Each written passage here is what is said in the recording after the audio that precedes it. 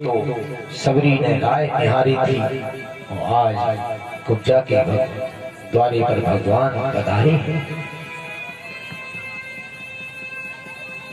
वह कुब्जा जो पल पल प्रभु की प्रतीक्षा कर रही थी, आज से मन का संताप भगवान हटने के लिए वहां पर आ जाते हैं और अपने घर आए हुए प्राणनाथ को देखकर कुब्जा उठकर आई। तभी कन कन से ये उसके हस्त कमल को पकड़कर प्रभु ने अपने समीप बिठा लिया। तभी हरि के कोमल चरण पद्मों को पाकर कुब्जा मन ही मन प्रसन्न होने लगी। हृदय से हरि को लगाकर अपने शरीर की कामाग्नि को शांत करने लगी। परंतु जब हरि के हृदय से अंतर आत्मा और परमात्मा का जब मिलन हुआ तो कुब्जा धन्य हो गई। कुब्जा ने कहा, प्रभु हमारी राय आज फिर पूरी कर दिया। कुब्जा कौन है? उस जन्म की राम त्रेता युग की सबरी मैया।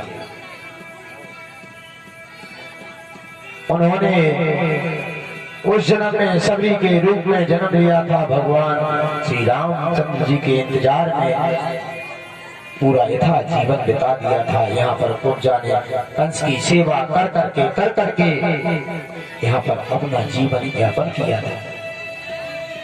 कुब्जा को पता था मेरे प्रभु आएंगे, कभी ना कभी प्रभु आएंगे और दर्शन देंगे, जीवन धन्य बनाएंगे।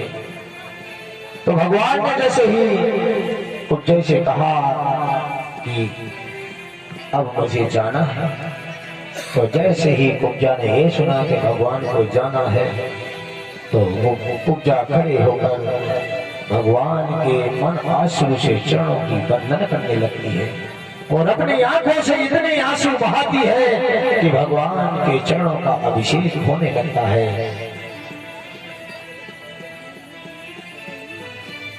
भगवान तो वो आंसू कहाँ जाता है?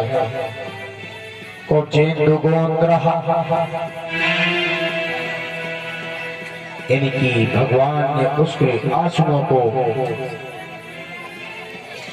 चंदन की खुशबू में बदल देते हैं और भगवान उसकी आंसू से अपने चरणों का वंदन करके भगवान उसके जीवन को धन्य कर देते हैं। कुब्जा सोचती हुई और मन में विचार करती हुई भगवान कृपा करके एक दिवस श्री हरि बलराम जी के साथ अक्रूर जी के महलों में गए। तब नंदिनी पुत्र अक्रूर ने बड़े प्रसन्न होकर नेत्रों के पानी से श्री कृष्ण बलराम के चरण धोए। जब कुब्जा के घर से भगवान आ जाते हैं तो भगवान अक्रूर जी के यहाँ पहुँचते हैं और जैसे अक्रूर जी ने देखा कि हमारे गोविंद आए हैं तो वो तो भगवान के परम भक्त थे। जो भगवान का भक्त होता है उसका हृदय बड़ा निर्मल होता है, साफ होता है और जो देखत की दोस्ती करत सुबह तो मुंह पे अपने और पीठ पीछे पड़ा है। जब तक आपसे कोई लगाव रहेगा किसी भी चीज से, धन से, संपत्ति से, किसी डर से, तो जब तक वो दोस्ती निभाएंगे, जिस दिन आपकी जेब खाली हो जाएगी सभी दोस्त बाहर हो जाएंगे। हो जाएंगे कि नहीं प्रधान जी? सही है। तो सभी मन की भक्ति करते हैं वही सच्चे दोस्त माने जाते हैं। धन के दोस्त नहीं माने जाते हैं। जो धन से लगाव चलते हैं वो तो ऐसे हैं, आज यहाँ बैठ जाते हैं कल कहीं उतर जाते हैं। लेकिन जो जिसकी मन से दोस्ती होगी, मन से भाव होगा, वो दोस्त आपको कभी त्याग नहीं सकता है। उसको पता चलेगा कि अगर मेरा दोस्त किसी कष्ट में है तो कितना भी गरीब होगा लेकिन वो अपने दोस्तों से मिलने आएगा। जैसे भगवान यहाँ कुब्जा के यहाँ वो अक्रूर जी के यहाँ आए हैं, उन्हें पता था कि हमारे सेवक हमारा इंतजार कर रहे हैं। भगवान के चरण अपने आंसू धारा से धोकर अक्रूर जी ने अपने मस्तक से लगा लिया और कहा कि प्रभु हे गोविंद, आपकी याद में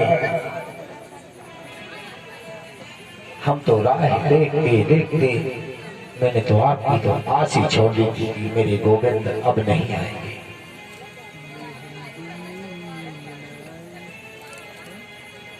हे दया सागर, मैं तो आज छोड़कर बैठ गया था कि गोविंद ने मेरी सुध नहीं ली।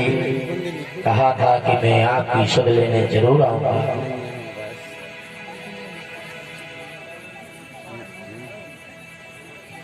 अब मुझे क्या आज्ञा है? तब ये सुनकर श्री घनश्याम बोले, हे चाचा जी, आप शीघ्र हस्तिनापुर चले जाओ। वहाँ कुंती बुआ बड़ी विपत्ति में है। जनवाद महाराज धृतराज इस समय शकुनी निषादी दुष्टों से अधीन है, जो उसके व्यवहार से मित्रहीन अनाथ पांडव कष्ट को पा रहे हैं। गच्छ जाने विज्ञाय दिवसायो यथा समदहा भवे। आप वहां कुछ समय रहकर सारी बातों को जानकर फिर आना। तब हम बराबर देखकर कुंती बुआ और उनके पुत्रों के कष्ट को दूर करने के लिए हम भी आएंगे। पहले आप जाइए और फिर हम आएंगे। तो अक्रूर जी यहाँ से हस्तिनापुर के लिए चलना प्रारंभ कर देते हैं। प्रभु आदेश श्रोधार करके अक्रूर जी हस्तिनापुर के लिए चले जाते हैं। प्रथा तो भ्रात्रा प्रातः